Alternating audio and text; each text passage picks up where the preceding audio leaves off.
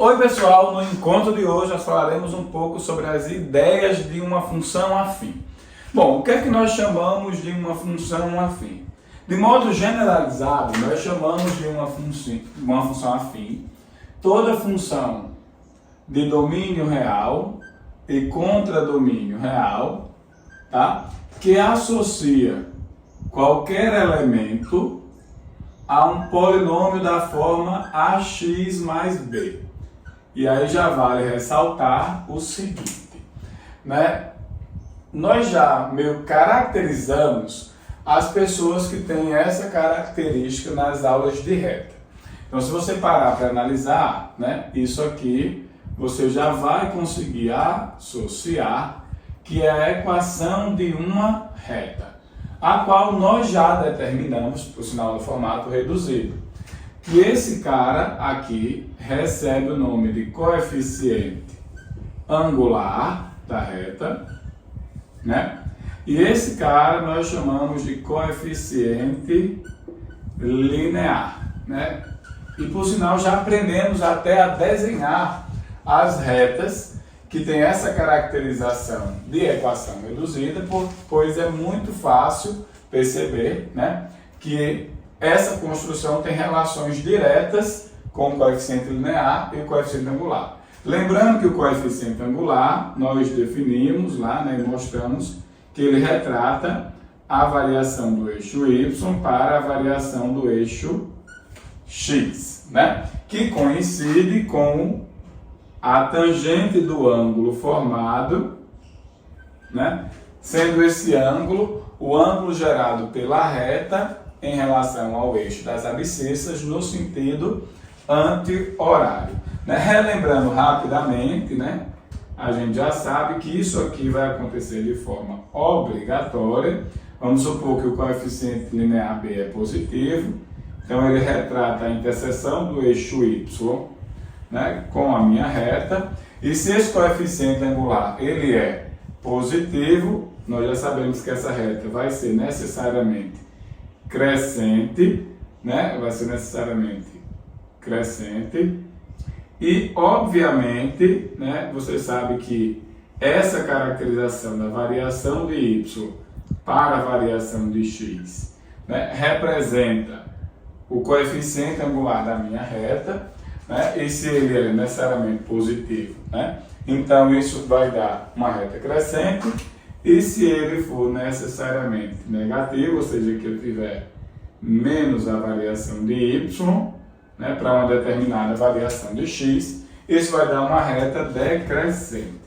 Vale a pena ressaltar que nós já estudamos também dois tipos de retas particulares, né, que são as retas que acontecem assim, são as retas do tipo x igual a um valor fixo, não há variação em x, só que isso aqui é uma reta, mas quebra o conceito de função, porque você estaria associando uma pessoa a várias pessoas distintas no domínio, então ele quebra o conceito da função, e nós temos as retas, né, que você tem, que são as retas do tipo y igual a b, né, que é esse cara aqui, que é a interseção com o eixo y, onde todas as pessoas distintas se relacionam unicamente com b. Que esse caso já é uma função, porque atende às condições de ser função.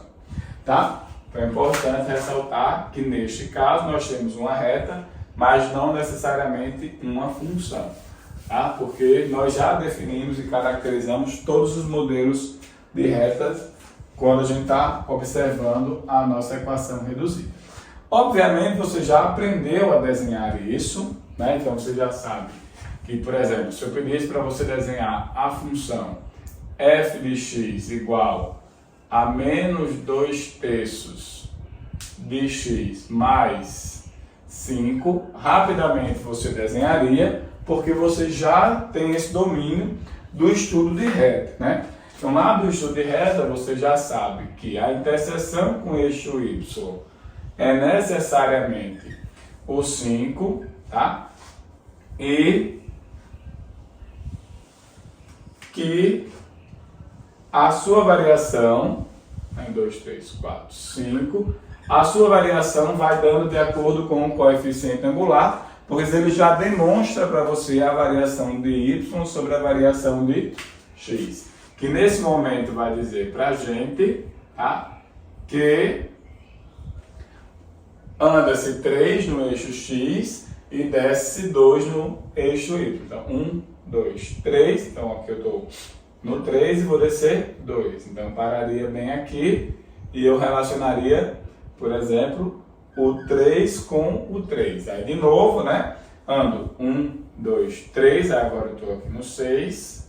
E aí, eu desço o 2. 1, 2. E eu relacionaria o 6 com o número 1.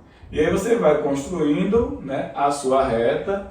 Obviamente essa reta é uma reta decrescente, né, uma reta decrescente, pois o seu coeficiente angular é negativo e nós já temos essa caracterização bem definida, né, e uma especificidade muito importante que a grande maioria das pessoas às vezes atrapalha bastante. É quando a gente vai se tratar de inequação, tá? E aí eu já vou aproveitar para fazer essa observação. Observe que tem um ponto aqui nesta função, né, que é a interseção da reta com o eixo das abscissas, que também ocorre, obviamente, se você olhar aqui e aqui, que é o que nós vamos chamar de zero da função. Né? Esse aqui é o que nós costumamos chamar de raiz da função ou zero. Raiz ou zero da função. Né? Então, seria exatamente esses caras. Mas por esse motivo, ele é o momento em que o y se anula, porque nós sabemos, né, que esse é o momento em que a ordenada é zero. Né? Ou seja, é como se você estivesse agora transformando, né, o x em zero, tá? O x, não, desculpa, o y em zero. Aí você iria resolver esta equação aqui, né? Ó, menos 2/3 dx mais 5 igual a zero. Aí você começaria multiplicando tudo por 3, né, para tirar esse denominador. Então ficaria menos 2x mais 15 igual a zero e resolveria essa simples equação do primeiro grau, que vai dar 15 igual a 2x, portanto, x seria 15 dividido para 2, que se você quiser deixar 15 sobre 2, ok, e se você quiser escrever 7,5, ok também, que seria essa interseção aqui, representada nesse momento pelo ponto 7,5 para x e 0 para y. Só que o que eu quero comentar é o seguinte, tá? Nós precisamos ter cuidado toda vez que a gente for estudar inequação. Porque toda vez que a gente vai estudar inequação, a gente sempre vai estar fazendo uma coisa do tipo assim, ax mais b, que é a modelagem do comportamento desses números. Mas os comportamentos desses números se adequam de acordo com a reta, ok? E aí quando você vai pegar e estudar quando isso aqui é maior, maior ou igual, menor ou menor ou igual que zero, você precisa ter um cuidado, porque você está falando disso aqui, ó. Se esse cara é um número, nós chamamos esse número de y, né? Aqui, ó. Ou a imagem associada para essa variação do x escolhido, né? Então, o que você está pedindo é, quando esse número ele é maior, maior ou igual, menor ou menor ou igual que zero. O igual que zero você acabou de determinar, tá aqui, ó. Se eu estivesse perguntando a você, dado esta função, qual o momento que ela está valendo zero? Obviamente, você ia me responder que y seria igual a zero no momento, né, em que x vale, vou deixar 15 sobre 2, beleza? Só que, se eu perguntasse a você agora o seguinte, tá? Eu quero que você olhe o momento em que é menor que zero. Mas menor que zero é que eu estou olhando para essas pessoas, estou olhando para o y menor que zero, percebe? Ó? Mas onde isso está acontecendo? Aí você vai vir aqui no seu gráfico e vai perceber que isso acontece bem aqui, ó. Só que quando isso acontece, Na verdade, para isso acontecer, né, é necessário que os x escolhidos sejam de fato, né, x que são o quê? Maiores do que 7,5, percebe? Então, para eu ter y nesse momento menor que zero, eu precisei ter x maior que 15 sobre 2, ou seja, 7,5. E também observo que, né, se eu tivesse pedido a você, agora encontre o y, que é maior do que zero, obviamente você ia pegar e associar ele aqui, que graficamente está representado aqui. E que para isso acontecer, é necessário que eu escolha x variando neste intervalo. Quando eu vou escolhendo x variando nesse intervalo, as respostas vão refletindo nesses pontos e, consequentemente, dão números maiores que zero. Então, eu teria que o y seria maior que zero no momento em que o x é menor do que 15 sobre 2. E daí aparece uma coisa bem interessante, que é essa situação aqui, ó. Quando você deve estar dizendo assim, né? Talvez você tenha um recurso já pré-determinado, que você deva estar dizendo, mas Diego, é tão simples você pegar aquele número, que é menos 2 terços de x mais 5, e observar onde ele é maior que zero. E, consequentemente, eu vou concordar contigo nesse momento. Por quê? Porque, nesse instante, como a variável é de primeiro grau, né, e ela segue a modelagem de uma reta, a gente não tem distorções gráficas que fazem essas coisas variar. Tá? Então, a gente tem que ter muito cuidado quando a gente está resolvendo uma equação. Porque, para a gente entender facilmente uma equação, o gráfico ele diz o comportamento de tudo. Tá? Então, por exemplo, você vai resolver isso aqui, né? O que é que você faz? Você multiplica por 3 para tirar esse denominador, aí fica menos 2x mais 15 maior que zero, né? Aí normalmente vocês fazem assim, né? Menos 2x maior que menos 15, e aí o tal do multiplicar por menos 1, né? Que faz essa desigualdade inverter. E aí, isso já justifica, eu mostrei a você aqui, ó, já justifica por que essa desigualdade tem que inverter. Percebe? Ó? Quando eu estou falando de um cara que necessariamente é maior que zero, a resposta está dando um x menor que aquela coisa. Está invertendo a situação, porque o coeficiente angular é negativo dessa reta. Tá? E aí você teria que x é necessariamente menor do que 15 sobre 2. Ah, você vai dizer, é muito mais simples assim. Sim, eu sei disso. O que eu estou tentando te alertar é que para o estudo futuro dos outros tipos de função, quando você for resolver uma equação, tomar cuidado, porque na reta, de fato, isolar a variável ajuda e resolve nas funções que são afins, né? As modelagens de números, que a variação é de 1 em 1, né? A variação é o polinômio do primeiro grau. Então fica fácil de perceber isso, por causa da reta. Tá? Então, o que eu estou te alertando é para as prospecções futuras.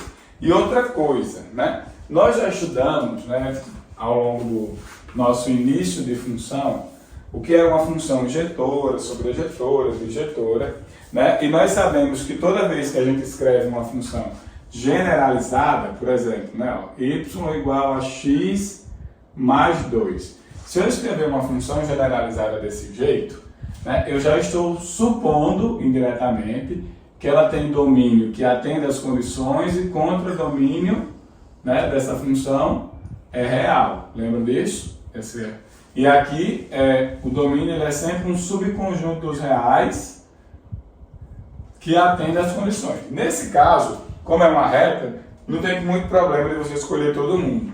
Por sinal, é uma reta bem tranquila de desenhar essa, porque a interseção com o eixo y necessariamente é 2, né? Necessariamente é 2, tá? Então, 1, 2, E o seu coeficiente angular é 1. Anda 1, sobe 1. Anda 1, sobe 1. Então você vai associando aqui 1 ao 3, você vai associando 2 ao 4 e assim sucessivamente, tá? Vamos embora, para cá e para cá. Lembre que, como eu estou falando no subconjunto dos reais, eu estou pegando um subconjunto que atende às condições. Como essa pessoa aqui também tem a pessoa ela mais 2, essa daqui tem a pessoa ela mais 2, perceba que essa reta ela é contínua, porque eu estou dando a liberdade disto acontecer, tá? E aí você também observa que todas as pessoas distintas desse domínio têm necessariamente imagens distintas no contradomínio. Logo, essa função ela é injetora, né? E também observa que o contradomínio, que é os reais todo, né? Ó, são os reais todinho, o contradomínio, é igual à imagem. Por quê? Porque essa reta ela cresce indefinidamente aqui para baixo, atingindo todos os reais aqui negativos, cresce aqui também para cima, atingindo todos os reais estritamente não negativos, atinge o zero, então ela atinge todos os reais. Portanto, ela é uma função também sobrejetora. Então, toda reta que possui algum tipo de inclinação, não sendo a reta constante, né? Porque a reta constante, por exemplo, não, y igual a 2, né? Essa reta aqui, que todos os y valem 2. Essa função é uma função constante, né? Mas você está dizendo que todas as pessoas distintas se relacionam com 2. E está dizendo que a única imagem aqui é o 2. E se você supor que o contradomínio é os reais inteiros, essa função nem é sobrejetora e nem é injetora. Mas toda reta que não é uma função constante, toda função que não seja uma função constante, necessariamente é uma função injetora e sobrejetora. Tá? Outra coisa que você precisa ter cuidado é o domínio de onde você está partindo. Porque se eu pegasse essa mesma função e estabelecesse isso, eu estou falando dos números naturais para o conjunto dos números reais. Perceba, se meu domínio é natural, então eu só poderia falar do zero, então eu só teria esse ponto associado. Eu só poderia falar do 1, então eu só teria esse ponto associado. Eu só poderia falar do 2, então eu teria esse ponto associado. Do 3, que seria esse ponto associado. Do 4, que seria esse ponto associado. Ou seja, se eu mudar o domínio, o gráfico ele até atende a condição de estar alinhado, por ser uma reta. Mas agora eu estou falando de pontos específicos que atendem um domínio pré-estabelecido. Por exemplo, está vendo que eu não estou vindo para o lado de cá, mas se eu falar dos inteiros para os reais, eu agora vou falar desse aqui, desse aqui, desse aqui, desse ponto, desse e assim sucessivamente. Eu vou caracterizando, né, os tipos de domínio, que os domínios eles são adequados ao que você deseja, obviamente, né, e ao que atende à situação preposta para você, tá? Da minha função que obedece a alguma relação de pontos de comunicação desse plano. Beleza? Vamos fazer um exemplozinho para a gente encerrar a nossa aula. Os nossos exemplos nos dizem assim. O primeiro exemplo nos diz: um lava-rápido oferece 2 tipos de lavagem. Simples, por R$20, e completa por R$35.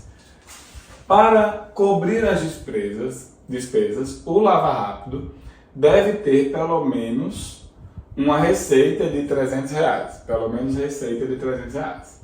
Para não ter prejuízo, o menor número de lavagens tem que ser quanto? Bom, você sabe que nós temos uma determinada quantidade de lavagens de R$20 e uma determinada quantidade de lavagens de R$35. Então eu vou chamar de simples S e completa C. Tá? Então você sabe que 20 vezes S é o total da arrecadação que você tem quando você faz S lavagens, cada uma valendo R$20. 35 vezes C é a quantidade de arrecadação que você tem quando você faz C lavagens completas, cada uma com R$35.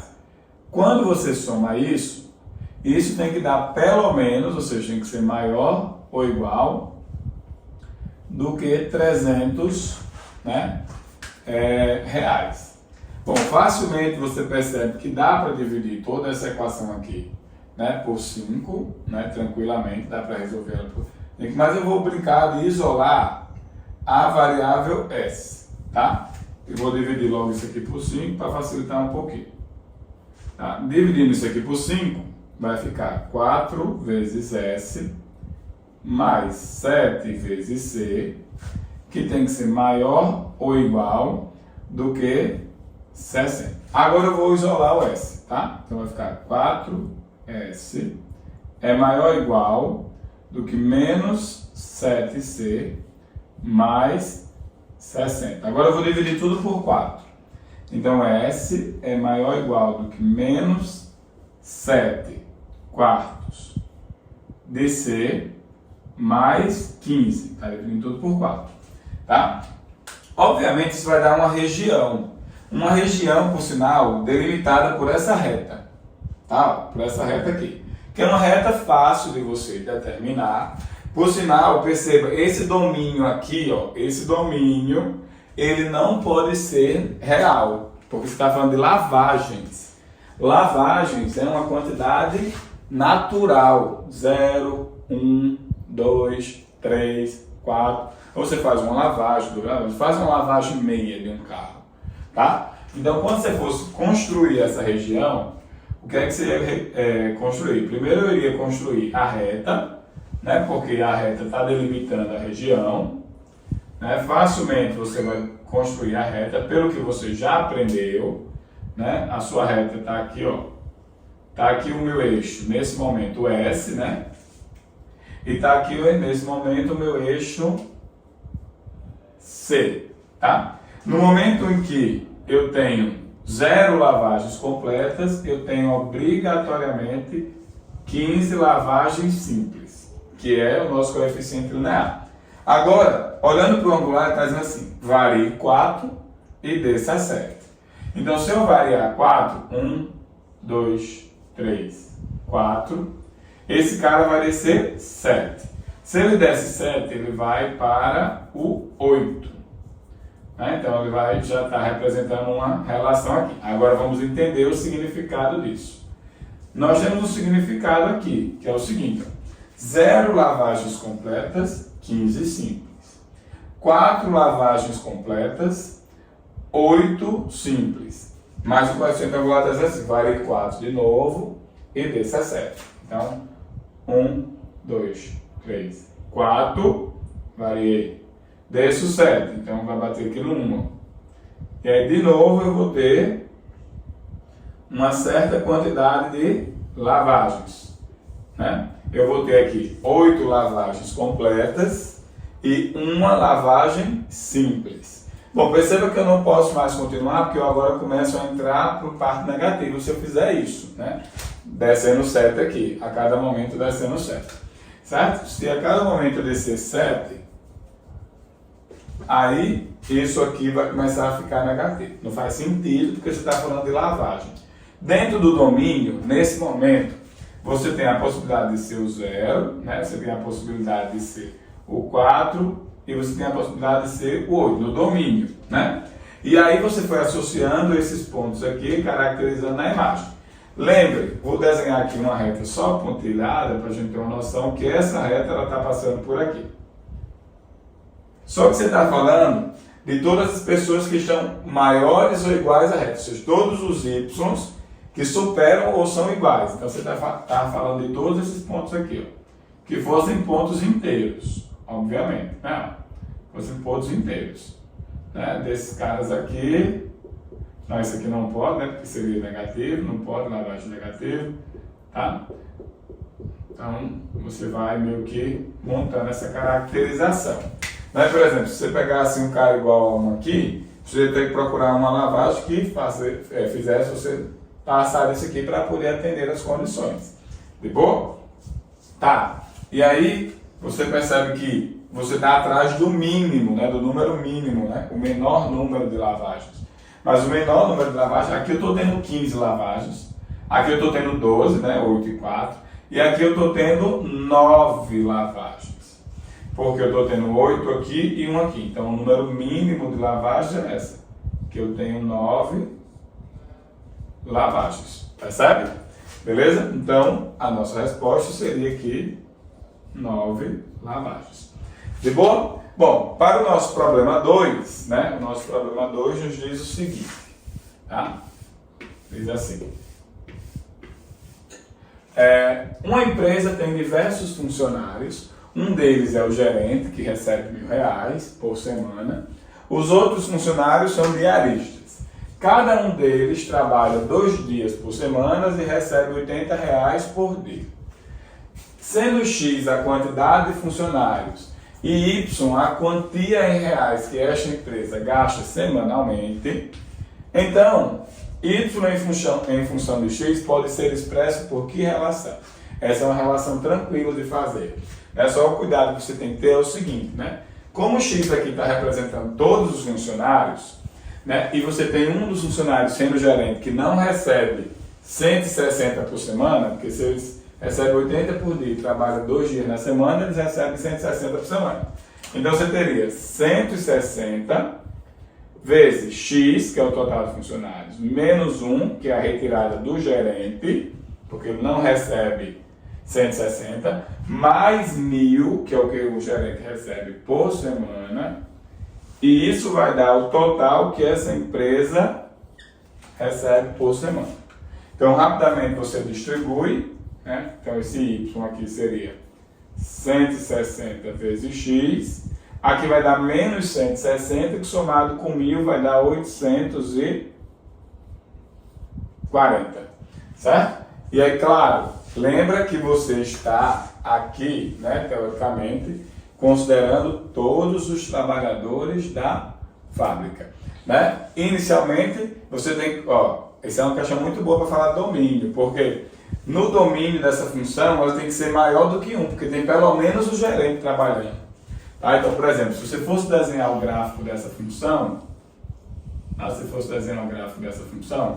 o gráfico dessa função não poderia começar de 0, porque não tem 0.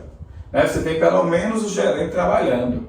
Então, por exemplo, você teria que começar a desenhar de 1, que é exatamente o salário do gerente. 160 mais isso, que dá 1.000. Então, você teria exatamente, quando você tem um funcionário, que é o gerente, você recebe 1.000. Não recebe não, a empresa gasta 1.000. E aí, para cada funcionário que você for aderindo, de fato, vai subindo 160. E percebe que, de novo, isso é uma função que trabalha com pontos, já não pode trabalhar com números necessariamente reais, porque eu não posso ter um funcionário meio, tá? Eu tenho que ter funcionários inteiros. Está vendo que a própria questão estabelece o domínio preposto? E assim, ele vai subindo. Para cada funcionário que você vai contratando, a empresa vai gastando aí semanalmente R$160 a mais. Beleza? Espero aí que vocês tenham compreendido tudo bem sobre as funções afim, principalmente no que tange seus gráficos e suas condições necessárias, olhando o domínio dentro das problemáticas. Nos encontramos em breve. Valeu, até mais.